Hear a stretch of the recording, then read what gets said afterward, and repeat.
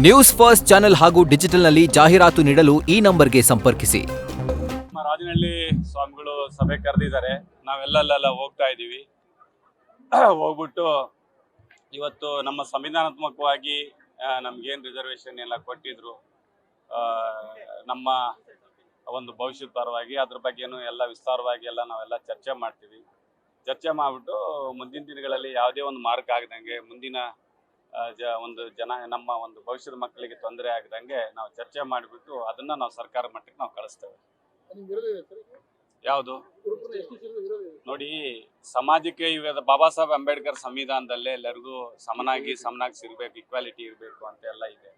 ಆ ನಿಟ್ಟಿನಲ್ಲಿ ಯಾವತ್ತಿಗೂ ಕೂಡ ಸಿದ್ದರಾಮಯ್ಯ ಸಾಹೇಬರು ಜೊತೆಗೆ ನಮ್ಮ ಡಿ ಕೆ ಶಿವಕುಮಾರ್ ಸಾಹೇಬರು ಯಾವಾಗ್ಲೂ ಕೂಡ ಸಂವಿಧಾನ ನಂಬಿಕೆ ಇಟ್ಕೊಂಡು ಸ್ವಾತಂತ್ರ್ಯ ಬಂದಾಲಿಂದನೂ ಕಾಂಗ್ರೆಸ್ ಆ ನಿಟ್ಟಿನಲ್ಲಿ ನಾವು ಇವತ್ತು ಕಾರ್ಯನಿರ್ವಹಿಸ್ಕೊಂಡು ಬಂದಿದ್ದೀವಿ.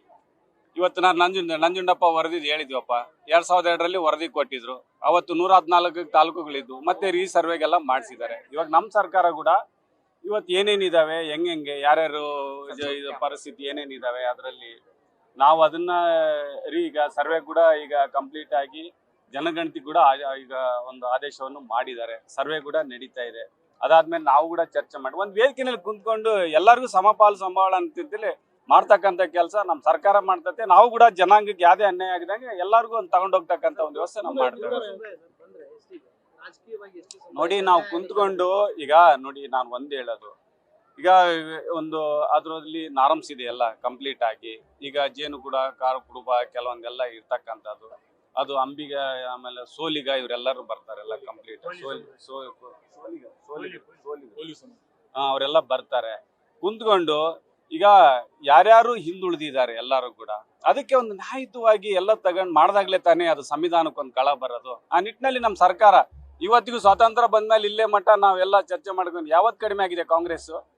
ಇವತ್ತು ನೋಡಿದ್ರಿ, ಇವತ್ತು ಈಗ ನಮ್ಮ ಪನ್ನರಾಜ್ ಸರ್ ಹೇಳ್ದಂಗೆ ಯಾರ ಕೈಯಾಗಿದೆ ಇವತ್ತೆಲ್ಲ ಹಣಕಾಸು ಎಲ್ಲದು ಕೂಡ 40% ಜನರ ಕೈಯಾಗಿದೆ. ಇವತ್ತು ಇಂಥ ಒಂದು ಅವಕಾಶನ ಯಾವತ್ತೂ ನಮ್ಮ ಕಾಂಗ್ರೆಸ್ ಸರ್ಕಾರ ಕೇಂದ್ರದಲ್ಲಿ ಮಾಡಿಲ್ಲ, ರಾಜ್ಯದಲ್ಲೂ ಕೂಡ ಮಾಡಿಲ್ಲ. ಇವತ್ತು ಬಡವರ ಕೈಯಾಗೆ ಸಂವಿಧಾನ ಕೊಡ್ತಕ್ಕಂಥದ್ದು, ಅವರಿಗೆ ಒಂದು ಆರ್ಥಿಕವಾಗಿ ಸದೃಢ ಮಾಡ್ತಕ್ಕಂಥದ್ದು, ಜೀವನಕ್ಕೆ ಮಾಡ್ತಕ್ಕಂಥದ್ದು ಮಾಡಿದೀವಿ. ಈ ವಿಚಾರದಲ್ಲೂ ಕೂಡ ಖಂಡಿತವಾಗ್ಲೂ ನಮ್ಮ ಸರ್ಕಾರ ಒಳ್ಳೆ ನಿರ್ಧಾರ ಮಾಡಿ ಭವಿಷ್ಯದ ಪರವಾಗಿ ಹೆಜ್ಜೆಯನ್ನು ಇಕ್ತಾರೆ. ಆ ತೀರ್ಮಾನ ನಮ್ಮ ಪಕ್ಷದಲ್ಲಿ ನಾವು ಸರ್ಕಾರದಲ್ಲಿ ಮಾಡ್ತೇವೆ. ಯಾವುದು ಈಗ ನಾವೆಲ್ಲ ಕುಂದಿರ್ತೀವಿ, ಎಲ್ಲರೂ ನಾವೇ, ಅವ್ರು ಕಂಬಳಿ ಹಾಕಾರು, ನಾನು ಕಂಬಳಿ ಹಾಕಿರಾನೆ ಕುಂತ್ಕೊಂಡು ನಾವು ಮಾಡ್ಕೊಂತೀವಿ. ಆಮೇಲೆ ನಾನು ಕೂಡ ಕಂಬಳಿಯಾಗ ಅಟ್ಟೆಗೆ ನಾನು ಬಳದಿರನೆ, ನಾನು ಕೂಡ ಅರ್ಥ ಆಯ್ತಾ ಇಲ್ಲ. ಬಂದು ನಾವೆಲ್ಲ ಕುಂತ್ಕೊಂಡು ಆಮೇಲೆ ನಿಮ್ ಮುಂದೆ ಬಂದು ಹೇಳ್ತೀವಿ ಎಲ್ಲ ಕಂಪ್ಲೀಟ್ ಆಗಿ. ಖಂಡಿತ ಇವತ್ತು ಏನಾಗಿದೆ, ಇದು 2010ರಲ್ಲಿ ಅದನ್ನ ಬಿಜೆಪಿ ಸರ್ಕಾರ ಇದ್ದಾಗ ಲ್ಯಾಂಡ್ ಅಕ್ವಿಷನ್ ಮಾಡಿದ್ರು. ಅವತ್ತು ನಾನು ಹೇಳಿದ್ದೆ ಅವರಿಗೆಲ್ಲ ಭೂ ಸಂತ್ರಸ್ತರಿಗೆ, ಅದು ರಿಕ್ವೈರ್ಮೆಂಟ್ ಪ್ರಕಾರ ಯಾರು ಅಶ್ಯೂರೆನ್ಸ್ ಕೊಡ್ತಾರೆ, ಪ್ಲಾಂಟ್ ಆಗ್ತಾರೆ ಅಂತೇಳಿ ಅವರಿಗೆ ಭೂಮಿ ಕೊಡಿ, ಅದನ್ನ ಅಗ್ರಿಮೆಂಟ್ ಮಾಡ್ಕೊಳ್ಳಿ ಅಂತೇಳಿ. ಅವತ್ತು ರಿಪಬ್ಲಿಕ್ ಬಳ್ಳಾರಿ ಇತ್ತಲ್ಲಪ್ಪ, ರಿಪಬ್ಲಿಕ್ ಬಳ್ಳಾರಿ ಯಾವ ಸರ್ಕಾರ ಇತ್ತು, ಏನಿತ್ತು, ಎಲ್ಲರೂ ಕೂಡ ಅವ್ರು ಹೇಳಿದ್ದೇ ನಡೀತಿತ್ತು. ಸರ್ಕಾರನೇ ಬೇರೆ ಇತ್ತು, ಬಳ್ಳಾರಿನೇ ಬೇರೆ ಇತ್ತು. ಆ ಟೈಮಲ್ಲಿ ತಪ್ಪಾಗಿದೆ. ಅದನ್ನ ಇವತ್ತು ಸರಿ ಮಾಡ್ತಕ್ಕಂಥ ಕೆಲಸ ಮಾನ್ಯ ನಮ್ಮ ಘನ ಸರ್ಕಾರದ ಮುಖ್ಯಮಂತ್ರಿ ಸಿದ್ದರಾಮಯ್ಯ ಸಾಹೇಬರು, ಡಿ ಕೆ ಶಿವಕುಮಾರ್ ಸಾಹೇಬರು, ನಾನು ಕೂಡ ಒಬ್ಬ ಸಂಸದನಾಗಿ ಜಿಲ್ಲೆ ಎಲ್ಲ ಶಾಸಕರು, ನಮ್ಮ ಕಾಂಗ್ರೆಸ್ ಶಾಸಕರು ಎಲ್ಲರೂ ಕೂಡ ಇದ್ದೀವಿ. ಇವತ್ತು ಅದಕ್ಕೆ ನ್ಯಾಯ ಕೊಡಿಸ್ತಕ್ಕಂಥ ಒಂದು ಕೆಲಸ ಕೂಡ ಮಾಡ್ತಾ ಇದೀವಿ ಈಗೆಲ್ಲ. ನಾನು ಕೂಡ ಸೋಮವಾರ ದಿನ ಹೋಗಿ ಇವರು ಎಚ್ ಡಿ ಕುಮಾರಸ್ವಾಮಿ ಅವರು ಕೂಡ ನಾನು ಭೇಟಿಯಾಗಿ ಬಂದಿನಿ. ಅದು ಕುಂತ್ಕೊಂಡು ಮುಂದಿನ ದಿನದಲ್ಲಿ NMDC ಏನಿದೆ ಅದು ಪ್ಲಾಂಟ್ ಆಗಬೇಕು. ಈಗ ಸುಮಾರಾಗಿ NMDC 15.6 ಮಿಲಿಯನ್ ಟನ್ ಪ್ರೊಡಕ್ಷನ್ ಮಾಡ್ತಾ ಇದೆ. 6,000 ಕೋಟಿ ಟರ್ನ್ ಓವರ್ ಇದೆ, 2,000 ಕೋಟಿ ಲಾಭ ಇದೆ ಅದು ಕಂಪ್ನಿಗೆ. NMDC ಇಲ್ಲದೆ ಸಂಡೂರದಂತೆ ನಾನು ಹೇಳ್ತಾ ಇರೋದು.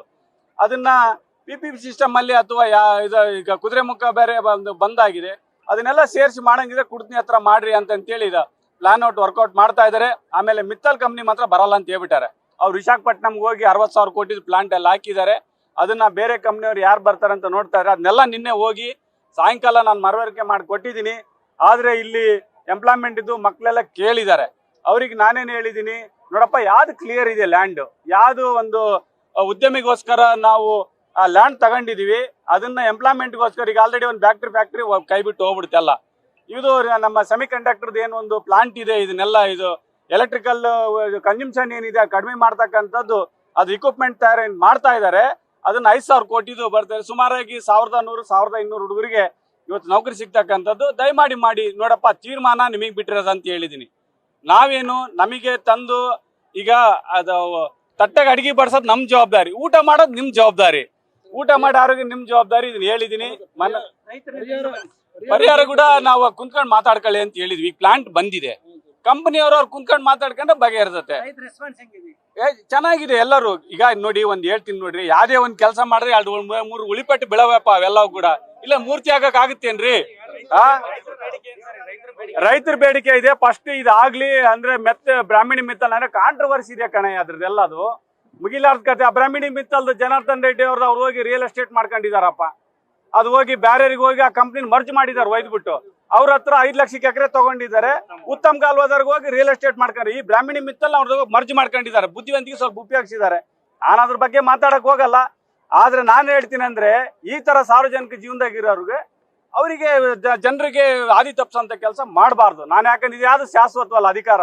ಕೇಳಪ್ಪ, ನಾನೆಲ್ಲ ಹೇಳ್ತಿದೀನಿ, ಈ ಅಧಿಕಾರ ಈ ಉಸಿರು ಶಾಶ್ವತವಲ್ಲ. ಆದ್ರೆ ಅಧಿಕಾರ ಇದ್ದಾಗ ಭೂಮಿ ಮೇಲೆ ಹೆಸರಿರ್ತಕ್ಕಂಥ ಒಂದು ಕೆಲಸ ಮಾಡ್ಬೋದು. ಯಾವೊಬ್ಬ ಜನರಿಗೂ ಮೋಸ ಮಾಡಬಾರ್ದು ರಾಜಕಾರಣಿಗಳು. ಇದು ನನ್ನ ಒಂದು ಮುಖ್ಯ ಧ್ಯೇಯ. ನಾನು ಹೇಳೋದಿಷ್ಟೇನೆ. ಅವರು ಜನಾರ್ದನ್ ಅವ್ರು ಮನವಿ ಮಾಡ್ತಾ ಇದ್ದೀನಿ, ದಯಮಾಡಿ ಉತ್ತಮ್ ಕಾಲ್ವಾ ಕಂಪ್ನಿ ತಗೊಂಡ್ಬಂದು ಅವ್ರದೇನ್ ಮಾಡಿಸಿ ಅವ್ರೇನ್ ತೀರ್ಮಾನ ಮಾಡ್ತಾರಂತ ಅವ್ರಿಗೆ ಬಂದು ಹೇಳ್ಬೇಕು ಅವರಿಗೆಲ್ಲ ಕಂಪ್ಲೀಟ್ ಆಗಿ. ಜೊತೆಗೆ ಮಿತ್ತಲ್ ಕಂಪ್ನಿ ಅವ್ರದ್ದು NMDCದು ನಾವು ಮಾನ್ಯ ಮುಖ್ಯಮಂತ್ರಿ ಕಡೆ ಕುಂತ್ಕೊಂಡು ನಾವೆಲ್ಲದು ಏನ್ ಮಾಡ್ಬೇಕೋ ಕೊಡ್ಸಕ್ಕಂಥದ್ದು ಮಾಡ್ತೀವಿ. ಈಗೇನ್ ವಾಸ್ತವ ಸ್ಥಿತಿ ಇದೆ ಅದಕ್ಕೆ ಮನಗಂಡು ನೋಡಪ್ಪ, ನೀವು ನಮ್ಮ ತಂದೆ ತಾಯಿ ಇದ್ದಂಗೆ, ನೀವು ನಮ್ಮ ಎಲ್ಲ ಮತದಾನ ಮಾಡಿದವರು ನೀವು ನಮ್ಮ ಅಣ್ಣಂದ್ರ ಇದ್ದಾಗ ನೀವು ತೀರ್ಮಾನ ಮಾಡ್ಕೊಳ್ರಿ. ನಾನು ಹಾಕೋದು ನಮ್ಮ ಧರ್ಮ, ಜವಾಬ್ದಾರಿಯಿಂದ ಬಳಸ್ಕೊಂಡ ನಿಮ್ ಧರ್ಮ ಅಂತೇಳಿ ನಾನು ನೀನು ಹೇಳಿದ್ದೀನಿ. ಯಾವುದು ಈಗ ಅದಿನ್ನ ಅರಣ್ಯ ಇಲಾಖೆಯಲ್ಲಿ ಸ್ವಲ್ಪ ಮ್ಯಾಟ್ರ್ ಪೆಂಡಿಂಗ್ ಇದೆ. ಮ್ಯಾಟ್ರ್ ಪೆಂಡಿಂಗ್ ಇದ್ದಾಗ ನಾನು ಹೇಳೋದು ಅಷ್ಟು ಸೂಕ್ತವಲ್ಲ. ಅದು ಕ್ಲಿಯರ್ ಆದ್ಮೇಲೆ ಮತ್ತೆ ಬಂದು ಹೇಳ್ತೀವಿ, ತುಕಾರಾಮ್ ಅವ್ರು ಮೀಡಿಯಾ ಮುಂದ್ ಬರಲ್ಲ. ಬಂದಾಗ ಏನನ್ನ ಸಿಗ್ತೀನಪ್ಪ ಎಲ್ಲ. ಈಗ ಬೇರೆ ಕೆಲ್ಸಕ್ಕೆಲ್ಲ ಬರ್ತೀವಪ್ಪ ನಾವೆಲ್ಲ ಕುಂತ್ಕೊಂಡು DC ಹತ್ರ, ಅವಾಗ್ಲೂ ಬರ್ತಾವ. ಬರೋ ನಾವು ಕುಂತ್ಕೊಂಬಣ್ಣ, ಟೀ ಕುಡಿಯೋಣ. ಇವತ್ತು ಬಂದಿದ್ದಪ್ಪ, ಏನಿಲ್ಲ ಹೇಳ್ತಾ ಇದ್ದೀನಲ್ಲ ನಾನು ಕೂಡ. ಇಲ್ಲ ಗಪ್ ಚುಪ್ ಏನಿಲ್ಲ. ತುಕಾರಾಮ ಯಾವತ್ತು ಕೂಡ ಮಾತಾಡಕ್ ಹೋಗಲ್ಲ. ನಾನು ಕೆಲಸ ಮಾಡಿಸಿ ಕೆಲ್ಸದ ಕೊಟ್ಟ ನಿಮಗೆ ಮಾತಾಡಿಸ್ತೀನಿ ಎಲ್ಲರೂ ಕೂಡ. ಇಲ್ಲ ಈಗ ಹೊಸದಾಗಿ ಆಗಿದ್ದೀನಿ ಎಲ್ಲ ಒಂದು ಹಂತಕ್ಕೆ ಬಂದಾಗ ನಿಮ್ಮ ಹತ್ರ ಬಂದು ನೀವೇ ನಮ್ಮ ಮಾಧ್ಯಮ ಪ್ರಜಾಪ್ರಭುತ್ವ 4 ಅಂಗ ನಿಮ್ಗೆ ಯಾವಾಗಿದೆ ಅವಾಗ ಬಂದು ನಾನು ಹೇಳ್ತೀನಿ. ಜನಕ್ಕೆ ತಿಳಿಸಂತ ಕೆಲಸ ನಾವು ನೀವು ಶೇರ್ ಮಾಡೋಣ.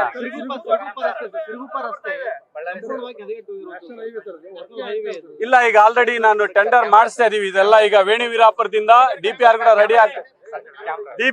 ರೆಡಿ ಆಗ್ತಾ ಇದೆ ಬ್ರದರ್.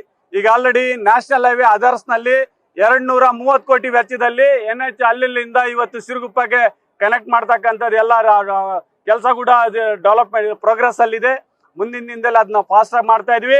ನಿಮ್ಮ ಆಶೀರ್ವಾದದಿಂದ ಕೂಡ ಹೊಸಪೇಟೆ ಮತ್ತು ಗುತ್ತಿ ಕರ್ನಾಟಕದ ಬಾರ್ಡರ್ ಮಠ ಇನ್ನೊಂದು ನವೆಂಬರ್ ಡಿಸೆಂಬರ್ ನಲ್ಲಿ ನಿಮ್ ಕೂಟನೆ ನಿಮ್ ಜೊತೆ ಉದ್ಘಾಟನೆ ಮಾಡ್ತಾ ಹೇಳಲಿಕ್ಕೆ ಇಷ್ಟಪಡ್ತಾ ಇದೀನಿ. ಆಮೇಲೆ ತಡಿಯಪ್ಪ ಇಲ್ಲ, ಆಮೇಲೆ ಇವತ್ತು MRI ಸ್ಕ್ಯಾನಿಂಗ್ ಕೂಡ CSR ಸ್ಕೀಮ್ ಅಲ್ಲಿ 12 ಕೋಟಿ ವೆಚ್ಚದಲ್ಲಿ ಬಡವರಿಗೆ ತೊಂದರೆ ಆಗ ನಾನ್ ಮೆಡಿಕಲ್ ಎಜುಕೇಶನ್ ಮಿನಿಸ್ಟರ್ ಇದ್ದಾಗ ಇವತ್ತು ವೆಂಟಿಲೇಟರ್ಸ್ ಇರ್ಬೋದು, ಡಯಾಲಿಸಿಸ್ ಇಕ್ವಿಪ್ಮೆಂಟ್ ಇರ್ಬೋದು, ತಾಯಿ ಮಗಳು ವುಮೆನ್ ಅಂಡ್ ಚೈಲ್ಡ್ ಆಸ್ಪತ್ರೆ ಇರ್ಬೋದು, ಜೊತೆಗೆ ಸುಮಾರು 100 ಇಂದ 130 ಕೋಟಿ ರೂಪಾಯಿ ವೆಚ್ಚದಲ್ಲಿ ಇವತ್ತು ಇರ್ತಕ್ಕಂಥ ಒಂದು ಪೀರಿಯಡ್ ನಲ್ಲೇ ಇವತ್ತು ಬಂಗಾರ ಮಾಡಿ ಹೋಗಿದೆ OPDನ. ಅದೇ ರೀತಿಯಾಗಿ ಇವತ್ತು MRI ಸ್ಕ್ಯಾನಿಂಗ್ ಕೂಡ ಡಿಸ್ಟ್ರಿಕ್ಟ್ ಹಾಸ್ಪಿಟಲ್ ಕೊಟ್ಟು 7-8 ಸಾವಿರ ಏನ್ ನಡೀತಾ ಇದೆ ಪ್ರೈವೇಟ್ ನಲ್ಲಿ. BPL ಕಾರ್ಡ್ ಅವರಿಗೆಲ್ಲ 1,500 ಸಾವಿರ ಕೊಡ್ತಕ್ಕಂಥದ್ದು. ಜೊತೆಗೆ ಇವತ್ತು ಯಾರು ಜನರಲ್ ಇದ್ದಾರೆ ಅವ್ರಿಗೆ 2,000 ರೂಪಾಯಿ ಕೊಟ್ಟು MRI ಸ್ಕ್ಯಾನಿಂಗ್ ಮಾಡ್ತಕ್ಕಂಥದ್ದು ಕೂಡ ಬಡವರ ಪರವಾಗಿ ಒಬ್ಬ ಸಂಸದನಾಗಿ ಮಾಡಿದೀನಿ ಅಂತ ಹೇಳಲಿಕ್ಕೆ ಇಷ್ಟಪಡ್ತಾ ಇದ್ದೀನಿ. ನ್ಯೂಸ್ ಫಸ್ಟ್ ನಿರ್ಭೀತಿಯಿಂದ ನಿಮ್ಮ ಪರವಾಗಿ.